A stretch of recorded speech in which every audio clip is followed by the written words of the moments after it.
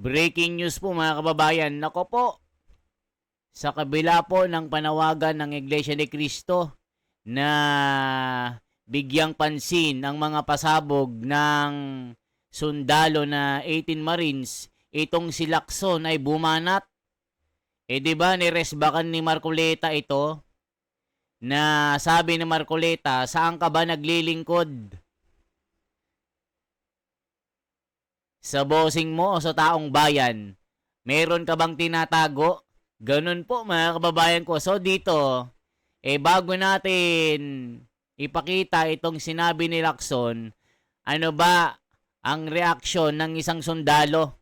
Siyempre, mga Marines ito si General Macanas. Ito po mga kababayan, Lacson, binira ang Iglesia ni Cristo. Tignan natin gaano katotoo ito. Ito po. Magandang araw mga kaibigan. Bigyan natin ng reaction, opinion itong post Ping Lacson. Pahayag niya ito, response sa panawagan ng Iglesia ni Cristo na imbestigahan yung aligasyon ng 18 soldiers. Anong sagot ni Senator Lacson? Sabi niya, susuriin at titiyakin ang kredibilidad at integridad ng impormasyon at pinagmulan nito. Sa gitna ng pahayag ng Iglesia ni Cristo, muling pinagtibay ni Senator Ping Lacson itong Sabado na ebidensya. Anong klaseng ebidensya ang hinahanap ninyo? Ayan mga kababayan ko. Ito po yung post ni Senador Lacson. Ayan evidence-led probe into alleged cash delivery scheme involving ex-military men and INC amid INC statement. Ayan po mga kababayan ko. Ang tindi ni Lacson. As a chairman of the Senate Blue Ribbon Committee, alam nyo itong si Lacson, feeling niya magaling ito Feeling niya matalino pero wala, bagsak ito kay Marcoleta. Isipin nyo pati Iglesia ni Cristo naniningil na, sinisingil na si Marcos. As a chairman of the Senate Blue Ribbon Committee, I have not changed my position. Tignan nyo, I have not changed my position about being led by evidence, guided only by prudent and logical way of treating any information that comes to my attention, evaluate and validate the credibility and reliability of both the source as well as the information itself before taking action. Lacson, Senate President pro tempore ng Blue Ribbon Committee, kakamo-kamote, sabi ng mga tao. Sabi nga ni Marcoleta mga kababayan, ito po, basahin po natin. Saan ka ba naglilingkod, Lacson? Ano ba ang ginagawa mo, ang bagal-bagal mo? Tapos nag-aabogado ka pa? Sinasabi mo ba na... Eto mga kababayan na sabi Sabi kasi ni Lacson dito mga kababayan. Sabi ni Ping Lacson, mukhang mayroong political color ito Mukhang may destabilization plot. Lacson naman. Kaya ka napipiga ni Marcoleta at ang taong bayan Mukhang kapit tuko ka na Ano ba talaga, Lacson?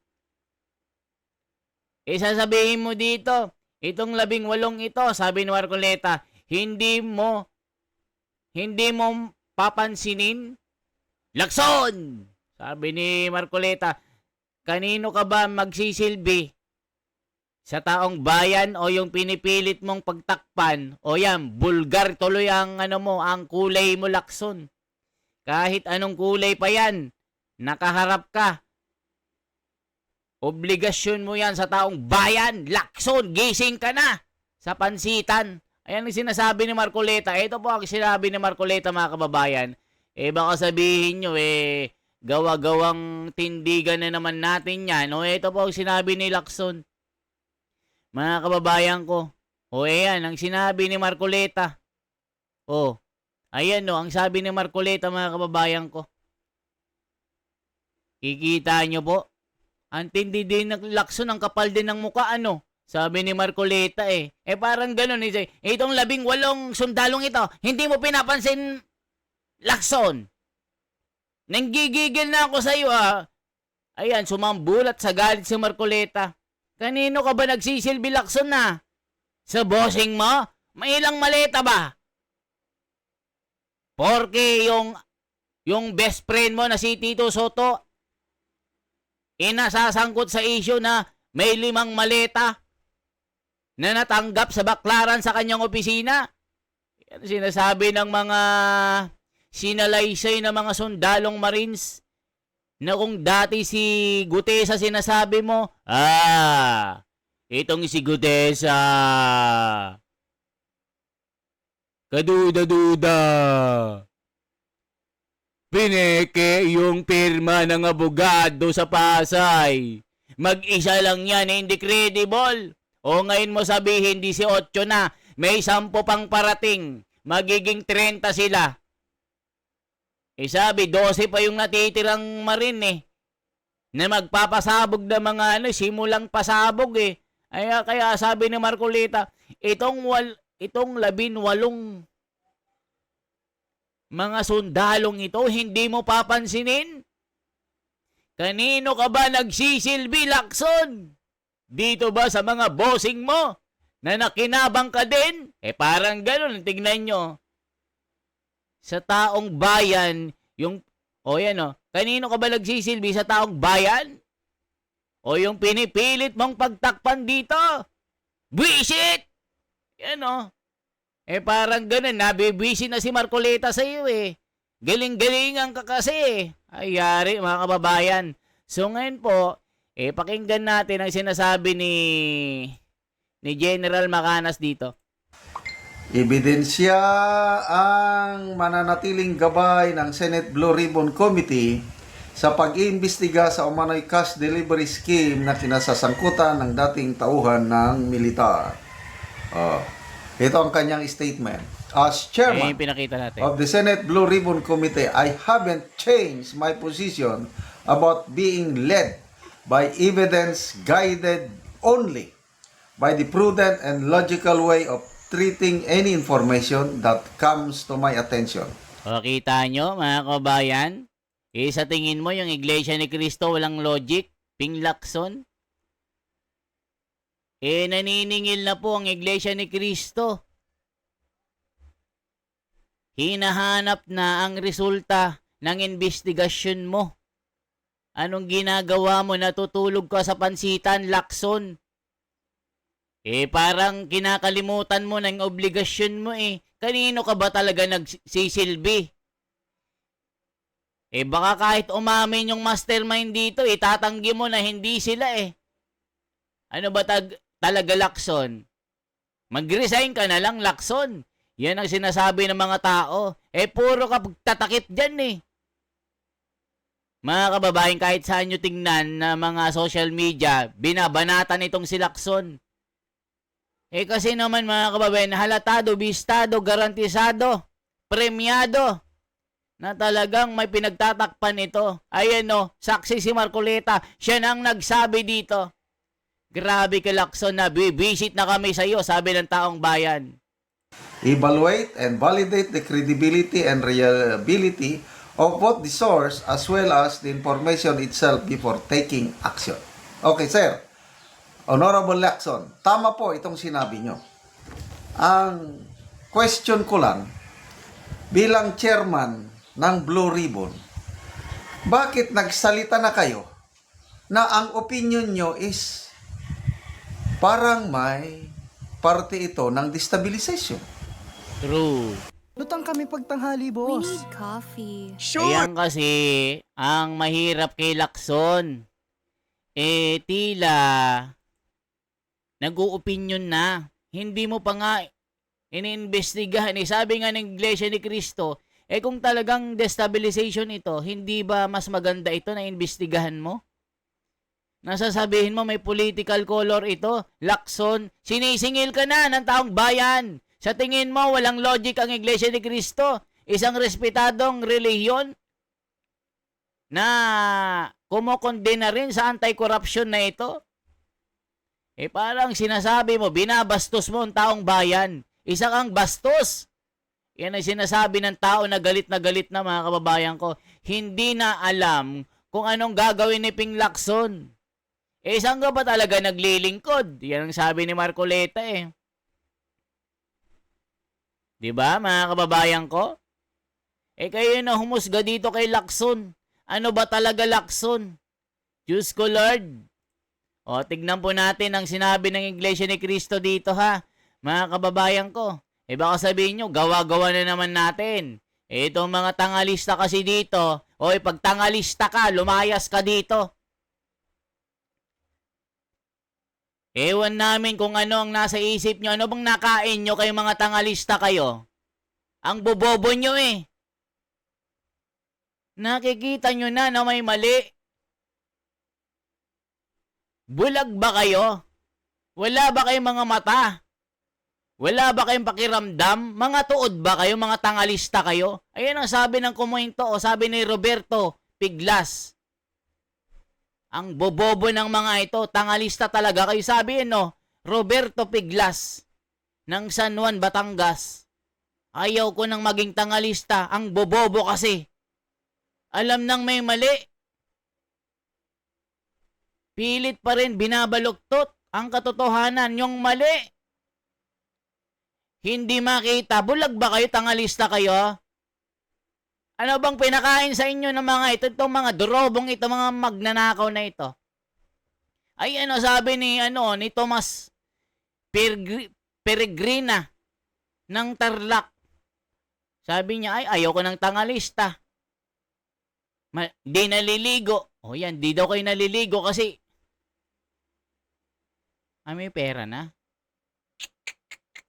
Ang bobobo nyo talaga. Sabi ng mga, sabi ni Jason Cardenas,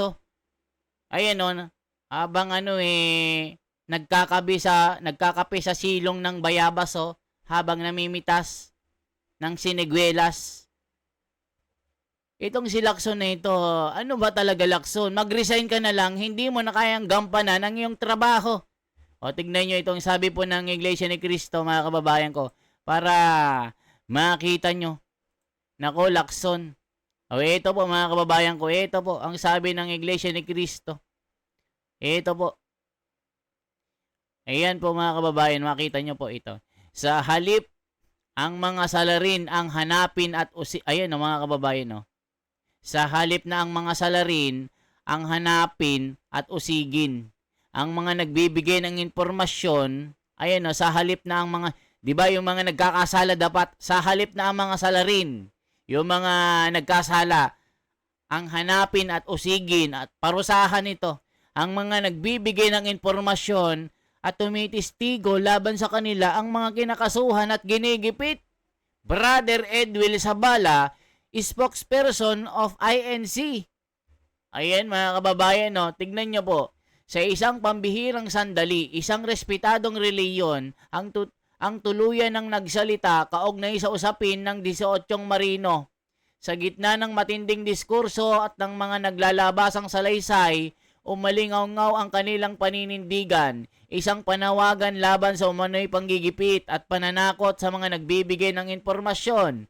Habang patuloy ang investigation at pagsusuri, pagbusisi sa mga alegasyon, lalong umiinit ang usapin sa pagitan ng pananampalataya, katarungan at katotohanan. Sa panahong maraming tanong ang naghihintay ng malinaw na sagot, ang kanilang tinig ay nagdagdag ng bigat at lalim sa pambansang diskurso. Ayan mga kababayan, nakita nyo po.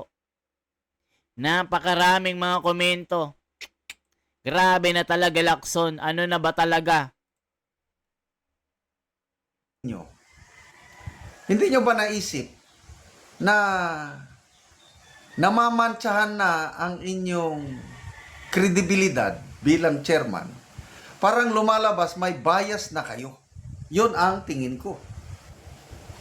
Nako, alam mo, General Macanas, matagal ng bias ito Isipin mo, si Gutesa nun, sinasabi niya mag-isa lang. Walang kasama na magsasalaysay, mahina. At pineke yung pirma ng abogado. Ngayon, sasabihin niya wrong timing. May political color at destabilization plot. Ay nako, Lacson, mag-resign ka na. Nabibwisit na ang taong bayan sa'yo. Sabi ng mga tao. Tama naman. Itong sinabi ninyo, sir, tama. Evidence-led. I-evaluate. Tama. But, kahit ano pang gagawin ninyong pag-evaluate dyan, kung mayroon ng nabuo dito na destabilization dahil nagsalita na kayo, anong mangyayari sa inyong evaluation, validation? Eh di may ibang patutunguhan. Ganun lang yun. Sana wag muna kayo magsalita dahil chairman kayo eh. O kita nyo mga kababayan ko, chairman ka ng Blue Ribbon Committee tapos magsasalita ka agad. Therefore I conclude agad. Nagbigay ka kaagad ng paunang pagsasalita na tila may pagkabayas ang laman ng mga pangungusap nyo. Ping Lacson, ano ba talaga? Ano, si Boy pasabog ka lang, si Boy opinion, pero walang performance development level? Ano na ba talaga, Lacson, ang gusto mong mangyari sa buhay mo? Mag-resign ka na dyan. Gising-gising, Lacson, hindi ka na nararapat sa posisyon mo. Iiwan mo na at ibigay na ang trono kay Marcoleta. Hindi ka na babagay dyan, Lacson. Kaya sabihin mo, if there is the evidence will lead us, we go far away. Ayan, far away ka sa ebidensya. Imbes na mag-imbestiga ka, sinasabi mo na, ay nako, political color ito. Hindi pwede ito, hindi pwede. Buwisit! Yan ang sinasabi ng taong bayan na buwisit na kami sa'yo, Lacson. Namumura ka na ng taong bayan, mag-resign ka na. Hindi ka na kapaki-pakinabang sa iyong posisyon. Hindi ka na karapat-dapat na tawaging Blue Ribbon Committee Chairman na lumalaban sa korupsyon. Yung paninindigan mo na wala na, dati idol na idol kita. Yan ang sabi ng marami. Sabi ni Cuadro Alas, dati idol na idol ko ito. May paninindigan. Pero kalaunan lumabas ang tunay na kulay. Kulay pera. Ay nako naman. Grabe mga komento. Galit na mga kababayan ko. Ituloy pa natin to. Kung ordinaryo lang kayong senador, parang Senator Lito Lapid, pwede. Dahil hindi kayo member ng Blue Ribbon Committee, pwede magsalita kayo ng ganun. Iba, kung chairman kayo, nagsasalita kayo, sabihin mo na kaduda-duda ang timing, baka parte ito ng destabilization. Wala na, nakakawalang gana. O kita nyo, nawawalang gana na si General Macanas. Ano sinasabi ng mga komento dito? Dapat kudita na ulit yung Senado. Tumindig kayo. Kung makabansa talaga kayo. Diyan sa Senado, sabi ni Aris Diamond, wala nang mangyayari hanggat sila nakaupo. Eyewitness na ang mga Brave 18. Hanapan mo ng ebidensya. Kasama siya talaga sa cover up. Ayan o, true kung walang maganda na sasabihin, shut out your mouth. Lacson, magagaya ka kay Akop. Ayan o, tignan nyo, ang daming nagko-comment. Ayaw nila peaceful rally ng INC. Gusto siguro nila ng bardagulan. Makikita ninyo. Naku po mga kababayan. Pinagbibigyan na kayo ng Iglesia ni Cristo. Kinukuha na kayo ng santong dasalan. Kinukuha na kayo ng maayos na pakikiusap. Hindi nyo pa rin pinapakinggan ang respetadong reliyon na ito. Ano ba, Lacson, kasi ang gusto mong mangyari? Pagtakpan mo pa rin ang gusto mo? Nagpipilit ka pa din? Ayan, sinasabi ng taong bayan, mga kababayan, kung galit na dito kay Lacson na ito, ang kapal ng muka, sabi ng mga tao. Grabe talaga, mga kababayan ko. So, kung umabot ka sa bidyong ito, maaaring magkomento kayo Anong masasabi nyo dito kay Lacson? Kapito ko na ba ito? Saan ba naglilingkod? Sa taong bayan ba? O doon sa pinipilit niyang pagtakpan? Yan ang tuwirang sinabi na sinambitla ni Senador Caro Dante Marcoleta at ang panawagan ng Iglesia ni Cristo.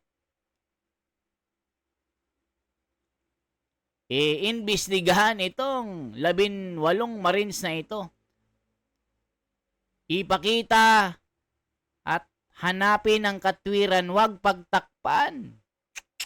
Okay po, this is The Wonders Philippines. Mabuhay po mga kababayan. Salamat sa pag-like, pag-share po at pag-subscribe. Salamat po sa mga nagko-komento. Gaspar Beltran ng Cebu, salamat po sa inyo. At laging nagko-comment at sa lahat ng mga kababayan natin, mabuhay po, shoutout sa inyo mga kababayan. At ingat-ingat din kayo dyan sa gitnang silangan. Alam nyo naman, digmaan na naman.